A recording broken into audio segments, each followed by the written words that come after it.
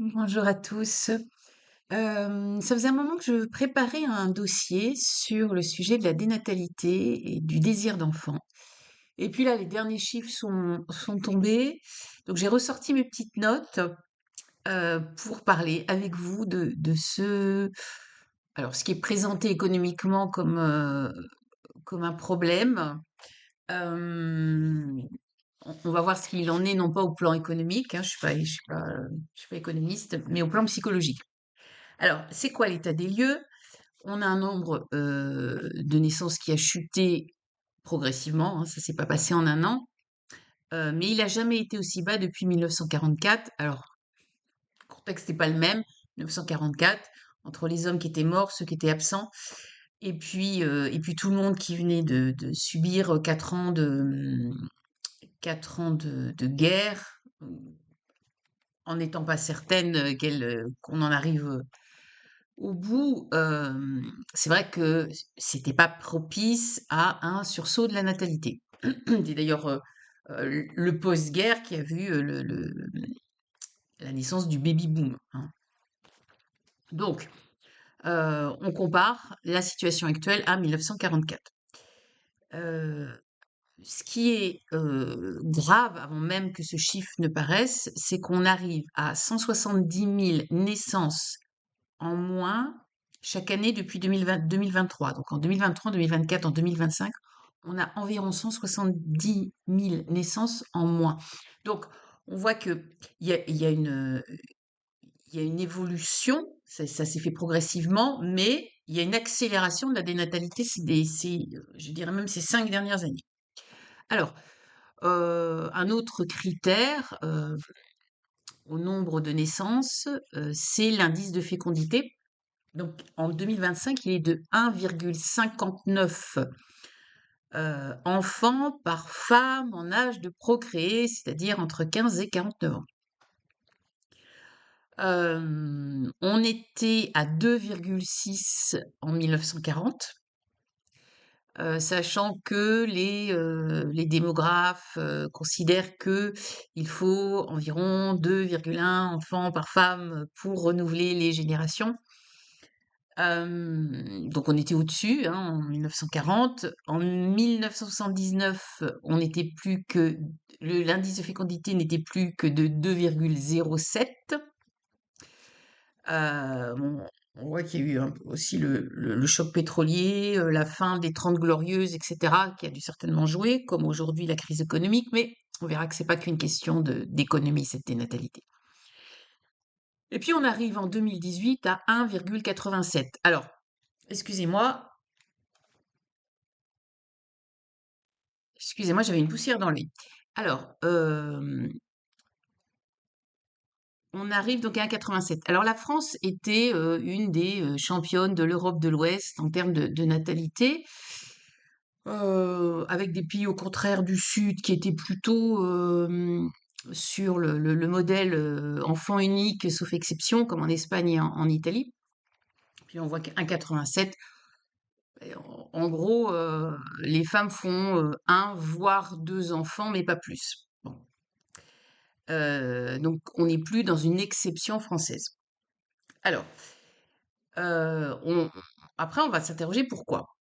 Il y a des raisons qui peuvent être physiques. Alors je suis pas médecin, j'accompagne psychologiquement des femmes enceintes ou en désir de maternité. Mais j'ai fait des stages, j'ai travaillé dans des services d'obstétrique, maternité, euh, cabinet de sage-femme, etc. Et puis je suis toujours en lien avec les professionnels de ce secteur. Et, euh, et donc voilà, voilà ce qui me conduit à m'intéresser à ça. Donc, on voit quand même que ces dernières années, il y a un taux d'infertilité qui est de plus en plus préoccupant. On est rendu à un couple sur 4. Alors, on parle d'infertilité quand on essaie pendant 12 mois d'avoir un enfant et que ça ne fonctionne pas. Avec un petit bémol, entre guillemets, passé 40 ans, on compte plutôt 2 ans qu'un an. Mais en général, on compte un an. Au bout d'un an, si Après, essai réitéré, il y a pas du tout de conception. On parle d'infertilité. On parle plus trop de stérilité maintenant. Ça a un côté un petit peu définitif. D'infertilité. Donc, un couple sur quatre, ça représente à peu près 3,5 millions de Français en âge de procréer, ce qui est quand même préoccupant. On s'est aperçu que depuis 1973, le taux de spermatozoïdes dans le sperme s'était divisé de 50%, avait réduit de 50%, pardon. Donc voilà, moins de candidats, moins de bébés à l'arrivée. On a une hausse de l'endométriose qui évidemment affecte l'anidation ou alors engendre des grossesses extra-utérines qui doivent être du coup arrêtées évidemment. Donc ça touche désormais une femme sur 10 avec une accélération ces 5 dernières années. On a une augmentation aussi du syndrome des ovaires polykystiques, donc là qui vont jouer sur la production d'ovules. Donc c'est une femme sur 10. On a 25% de fausses couches, c'est-à-dire que une conception sur 4 débouche sur une fausse couche en 2022. Et j'ai cru comprendre que le nombre avait encore augmenté. Et on a, alors là c'est encore plus inquiétant parce qu'on n'est pas supposé être un pays du tiers-monde, on a une augmentation de la mortalité postpartum, c'est-à-dire les enfants morts-nés, les morts subites du nourrisson, les mortalités précoces hein, dans les 6 premiers mois. Donc voilà. Alors ça ne joue pas sur la natalité dans la mesure où ce sont des enfants qui sont nés, mais c'est quand même préoccupant. Voilà. Ça, ce sont des raisons physiques. Donc on est dans la situation de personnes qui veulent avoir des enfants, mais qui n'y arrivent pas. Et puis il y a des personnes qui ne veulent pas d'enfants. Il y a une augmentation importante des ligatures de trompe et des vasectomies. Et j'ai découvert que désormais, la ligature des trompes était remboursée à 100% si elle se faisait avant 26 ans. Il y a 25 ans, pour avoir une ligature des trompes, il fallait déjà être mère de plusieurs enfants, je sais plus, deux ou trois enfants, au moins deux, et avoir un certain âge, mais en aucun cas être si jeune, voire primipare, puisqu'on peut se faire ligaturer les trompes sans avoir eu d'enfant. Euh, je ne porte pas de jugement sur les femmes qui veulent pas avoir d'enfants. Simplement, peut-être qu'à 22 ans, 23 ans, on, on- on prend une décision qui impacte, qui est définitive, et on, on peut regretter parce que sa vie à 22 ans ne ressemble pas nécessairement à sa vie à 30 hein, ou à 35. On a une augmentation des IVG de près de 4% tous les ans depuis 3 ans. Augmentation des IVG qui était de toute façon voilà, régulière depuis un certain nombre d'années. Donc, tout ça, ça interroge parce que on voit des situations où il y a même quelque chose de définitif, soit supprimer une grossesse débutante, soit se donner les moyens définitifs de ne pas avoir d'enfant. En psychanalyse, on parle de pulsion de vie, pulsion de mort, hein, Eros et Thanatos, et, euh, et donc la pulsion de vie est du côté de l'enfant, et puis la pulsion de mort, évidemment, est le côté de l'absence d'enfant au sens où on ne crée pas la vie. Hein, parce que quand on crée la vie, on alimente cette pulsion de vie. Même si par moments, être parent, on se sent plus épuisé que vivant. Mais Voilà. Je parle de désir d'enfant, évidemment. Alors, quand on interroge les personnes qui ne veulent pas avoir d'enfants, les jeunes, vous interrogez actuellement, vous posez la question dans un lycée, par exemple, dans une classe de lycée, vous avez les trois quarts qui vous disent ne pas vouloir avoir d'enfants. Et puis, alors, vous êtes sur du 70% si vous interrogez, pardon, 90% si vous interrogez les garçons, voire plus. Ça va d'ailleurs chez les lycéens de pair avec la volonté de ne pas se mettre en couple. Bon, il y a le caractère chez les jeunes, je fais une digression, mais il y a le caractère chez les jeunes, la question de la pérennité, de la durabilité, de l'engagement, etc., qui interroge, hein, parce que c'est je veux rien qui dure, je veux rien qui me fige, je veux rien qui me bloque, voilà. Bon, on en revient au sujet. Donc, il y a un courant, les green, alors, c'est les Green Inclinations No Kids. Donc, ce courant qui évoque l'écologie comme étant le moteur de leur non-désir d'enfant. Honnêtement, en tant que psy, je pense qu'il y a d'autres choses derrière, parce que dire je veux pas d'enfant parce que le climat se réchauffe, ça me paraît assez caricatural. Néanmoins, d'une manière plus générale, vous avez des gens, plutôt des jeunes, qui vont vous dire je veux pas d'enfant parce que la guerre arrive, parce que voilà, réchauffement climatique, climat, il y a un côté un peu collapsologue chez ces jeunes qui imaginent que le monde va s'effondrer, sans doute aussi parce que autour, notamment les médias, répètent sans arrêt que la guerre est à nos portes, euh, que le climat, que bientôt la fin du monde, euh, que l'IA va remplacer tous les postes, il y aura plus de travail, que tout le monde va être pauvre. Et puis les gens voient dans leur quotidien, effectivement, une augmentation de la précarité, de la pauvreté, la crise du logement, etc. Ils se disent, un enfant, ça va majorer mes difficultés.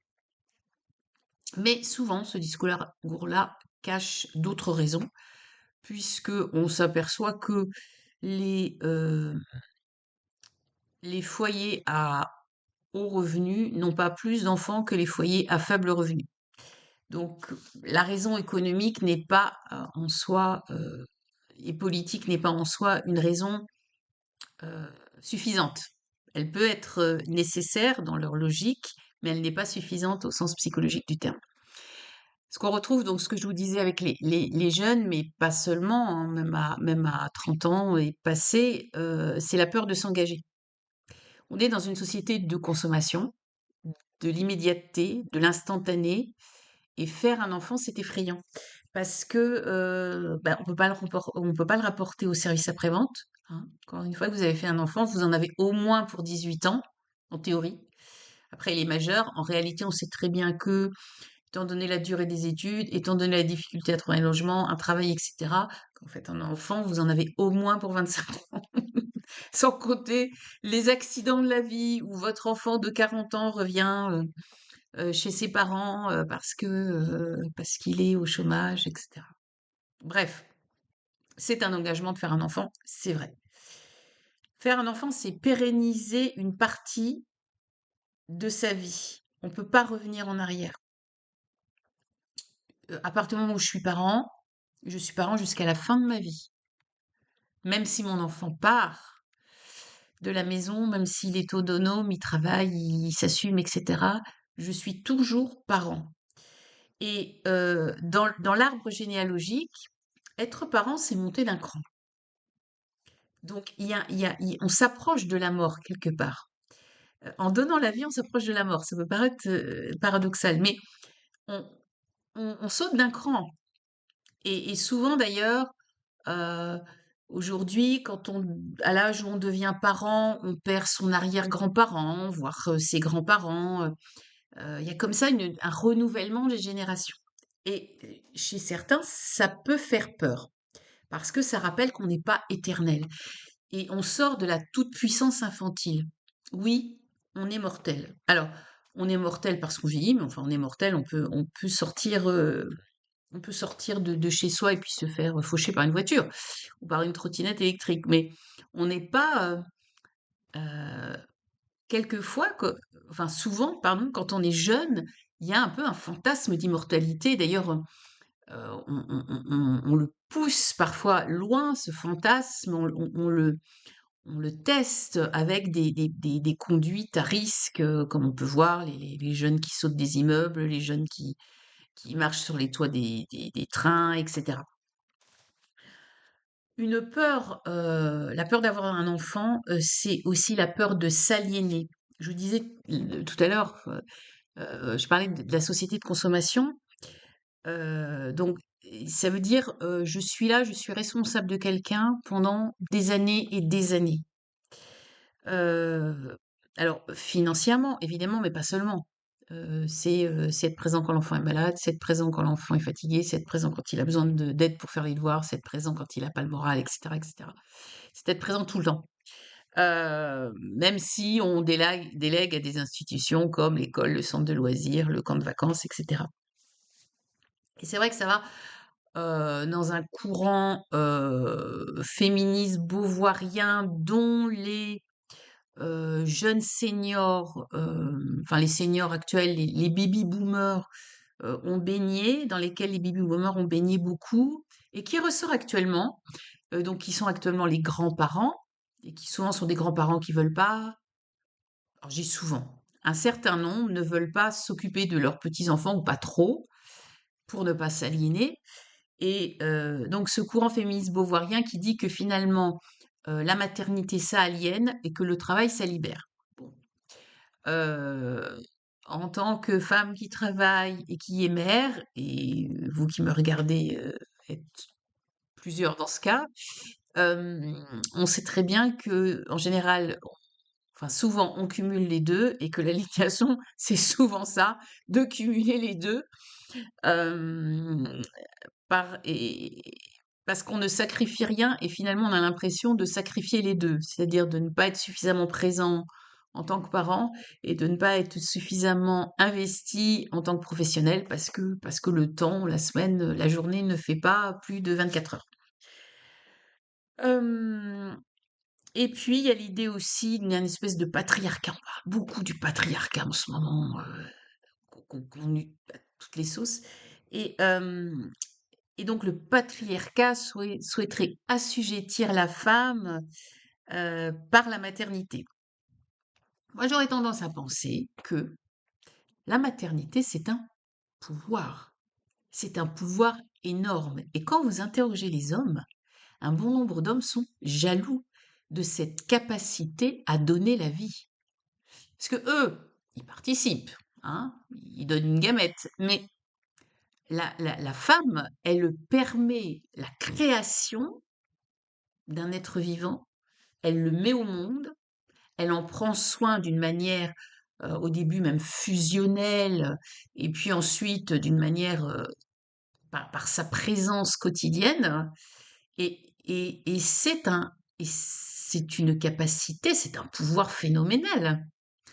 Hem, donc je ne suis pas sûre que dénigrer la maternité soit au service, heu, de la femme. Je dis pas que toutes les femmes doivent être mères, je dis simplement que la maternité ne se conçoit peut-être pas comme quelque chose en moins, mais quelque chose en plus. Hem, donc la contraception, bon, bien sûr que ça a libéré les femmes, mais ça a aussi beaucoup libéré les hommes. Parce que, quand on était dans un modèle plus traditionnel avant la contraception, eh bien souvent des hommes, se sont retrouvés obligés de conclure, de se marier, parce que la demoiselle était enceinte.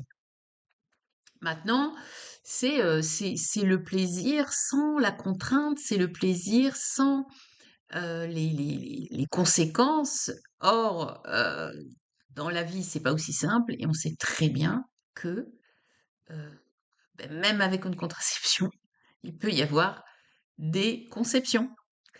ce que ces messieurs ont du mal à admettre. Hem, je vois des femmes qui sont complètement effondrées parce que la pilule ou parce que, voilà, la pilule, c'est enfin, n'ont pas fonctionné et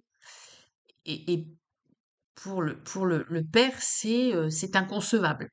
Ça doit fonctionner, heu, voilà. Bref, hem, on a donc aussi des arguments économiques, comme je vous disais tout à l'heure. Hem, c'est vrai qu'avoir un enfant, bah, on a une baisse de pouvoir d'achat, qui est certaine parce qu'un enfant, ça coûte de l'argent.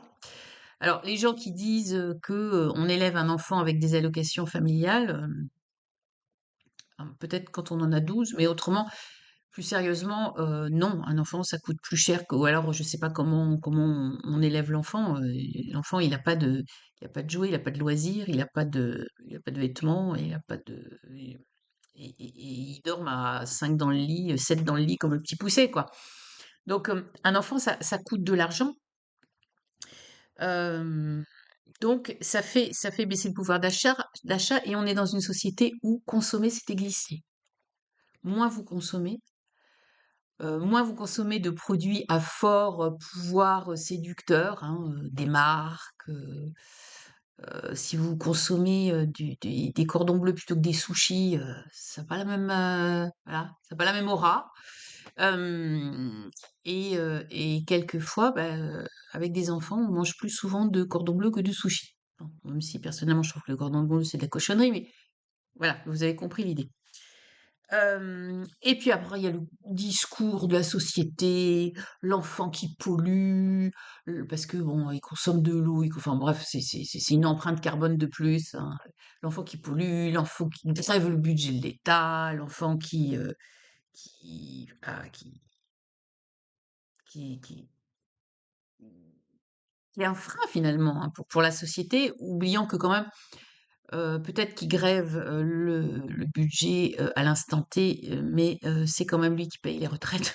Donc pas d'enfant, pas de retraite, en tout cas par répartition. Et alors, une autre raison plus psychologique enfin, une autre raison psychologique de de ne pas avoir d'enfant, eh beh, c'est la peur d'être adulte, hein. Je vous disais quand on saute d'un cran dans l'arbre généalogique. Heu, être adulte, c'est aussi être responsable, être, solide, être, toujours là et cetera et ça fait peur parce que on est dans une société de la pulsion, de l'impulsion et de la satisfaction immédiate. On est dans, hein, on pourra reparler des stades, on est dans une société qui tourne beaucoup autour du stade oral, hein, la satisfaction immédiate. Vous prenez un bébé, la première année du bébé, euh, il peut pas attendre, il peut pas différer. Il va apprendre petit à petit, il va comprendre que il n'a pas le biberon ou le sein dans la seconde qui suit l'expression de sa faim, mais il n'a pas la maturité cérébrale pour différer. Bon, eh ben, on est dans une société qui est très, très axée, qui fonctionne vraiment sur ce mode-là. Donc, euh, avoir un enfant, c'est justement sortir de cette pulsion, sortir de cette satisfaction, cette recherche de satisfaction immédiate et répétée. Et puis il y a des personnes qui ne peuvent pas avoir d'enfants tout simplement parce qu'elles ont peur de raviver, pardon, leurs propres blessures. Donc, ça peut être des conflits avec des parents, avec leurs parents, leur père pour les hommes, leur mère pour les femmes. Ça peut être des abus sexuels. Et on voit que la grossesse et l'accouchement sont des périodes qui peuvent réveiller cette douleur, surtout si elle n'a pas été travaillée au plan thérapeutique ou même, la faire sortir d'une amnésie, heu, parce qu'il y a beaucoup de personnes qui ont été abusées, qui ne s'en souviennent plus consciemment et la grossesse, l'accouchement peuvent réveiller ça. Mais quand la personne en est conscience, l'idée d'avoir, un corps dans son corps, ça peut être quelque chose de terriblement angoissant et douloureux. Euh, Ça peut être de ne pas pouvoir imaginer se reproduire parce qu'on ne s'aime pas, parce que c'est vrai que nos enfants ont même si on s'en rend pas toujours compte, nos enfants ont ne serait-ce que des traits physiques, hein, où on a tous eu des réflexions du style, ah, c'est ton portrait, oh, qu'est-ce qui ressemble à sa mère, voilà. Eh bien, pour certaines personnes, c'est pas possible. Alors, au plan physique, mais aussi au plan, pardon, psychologique. Et puis, c'est aussi une mauvaise estime de soi. On se dit, je ne serai pas à la hauteur. Je ne pourrai pas, je suis pas capable, je serai pas à la hauteur, je pourrai pas le rendre heureux, etc. Parce qu'aujourd'hui, on n'est pas dans les années 40, justement, et aujourd'hui, il y a une exigence, hein. Il faut que, si vous mettez un enfant au monde, votre objectif, votre projet, d'ailleurs, bon, on écrit avant enfin, dans certaines maternités, pas toutes, hein, on écrit un projet de naissance et quand on va accoucher, mais il y a des gens qui écrivent des projets de vie. On fait écrire des projets de vie de parents. Ça en rajoute bien une couche. Et, hem et donc on s'est dit: «Je ne peux pas». Alors, pour ceux qui ont encore des doutes, il y a un intérêt à être parent. Quel intérêt? Eh bien, pour les femmes, n'en déplaise aux discours environnants, heu, la maternité, ça permet de se sentir, pleinement, légitimement femme. Je ne dis pas que les femmes qui ne sont pas mères ne sont pas des femmes, je dis que la maternité renforce cette conscience de la féminité. Hem, on ressemble aux autres, on fait partie d'un groupe aussi, hein, les sorties d'école, les salles d'attente du pédiatre, etc.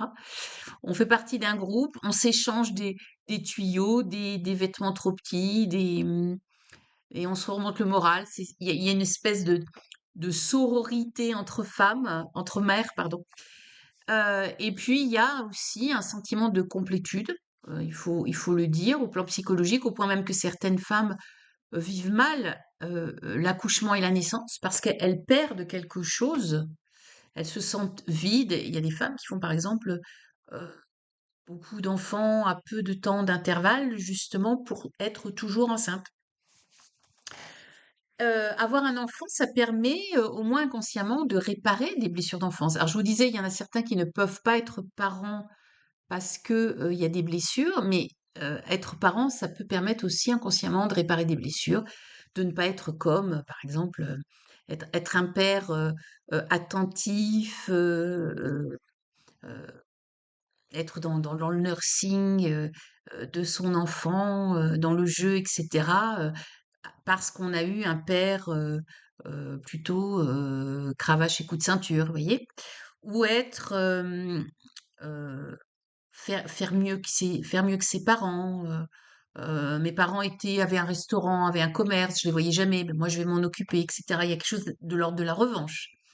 Alors il faut pas évidemment que ce soit euh, trop cristallisé, mais avoir conscience des choses qui n'ont pas fonctionné pour vouloir les améliorer, c'est louable. Euh, Avoir un enfant, ben, ça pérennise une relation amoureuse, c'est aussi pour ça que certains n'en veulent pas. Euh, c'est fonder une famille. Et c'est vrai que les couples divorcés le savent. À partir du moment où vous avez un enfant, vous ne vous débarrassez jamais de votre ex. C'est là. Parce que votre ex, il sera toujours le père de votre enfant. Et qu'il faudra toujours le voir, le consulter, etc. Donc, mais hors divorce, avoir un enfant, ben, c'est fonder une famille, et c'est transmettre. Alors, on transmet un nom, on transmet des habitudes, on transmet des histoires, on transmet des hobbies, on transmet des choses comme ça. Et c'est vrai que notre société, des savoir-faire, des conceptions de vie, notre société il y a la transmission, c'est quelque chose de tabou, hein, c'est pas bien de transmettre. D'ailleurs, l'insulte dans l'éducation nationale, c'est elle fait de l'enseignement transmissif. Mon Dieu, quelle horreur! Elle transmet des connaissances. On n'est pas là pour ça. La cancel culture, c'est ça. C'est casser cette espèce de circuit de transmission euh, pour- de mauvaises choses, évidemment, de mauvaises choses, parce que c'est pas bien. Et du coup, on fait, euh, on fait de Carmen l'assassin plutôt que la victime, euh, pour justement ne pas reproduire ce qui a déjà été fait avant. Je fais référence à, à l'opéra où, partant du principe que ça se terminait par un féminicide, l'opéra Carmen, il valait mieux que ce soit Carmen qui tue son amoureux jaloux. Ça reste un meurtre, mais bon, bref. Donc finalement, faire un enfant, c'est résister à un monde qui semble s'écrouler, mais justement, c'est être optimiste en disant, mais moi, je veux créer un nouveau monde, je veux un monde meilleur. Ce monde-là, vais le créer pour mon enfant. Je veux pas croire euh, qu'on va tous disparaître. Je veux pas croire que tout n'est que tout n'est que mauvais, mauvaise chose. Donc tout n'est que noirceur, tout n'est que et et faire un enfant aujourd'hui en conscience, c'est être courageux. Voilà. Donc sans jeter la pierre à ceux qui n'en veulent pas, je salue ceux qui font des enfants. À bientôt.